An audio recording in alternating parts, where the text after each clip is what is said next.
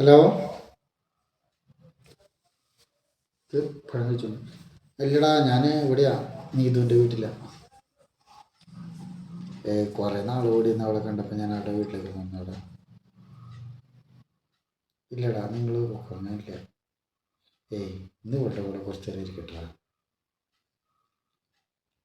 അല്ലടാ, ഇതേപോലെ അവസരം ഇനി കിട്ടിയെന്ന് വരില്ല. ഇവിടെ വേറെ ആരുമില്ല, ഞാനും നീതും മാത്രമേ ഉള്ളൂ.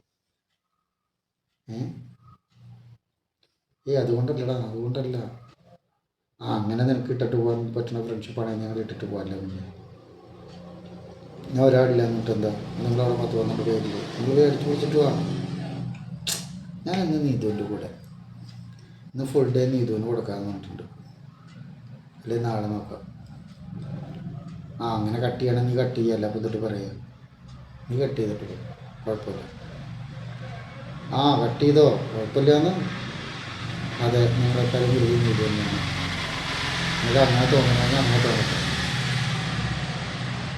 ശരി ശരി, അയക്കോ. ശരി.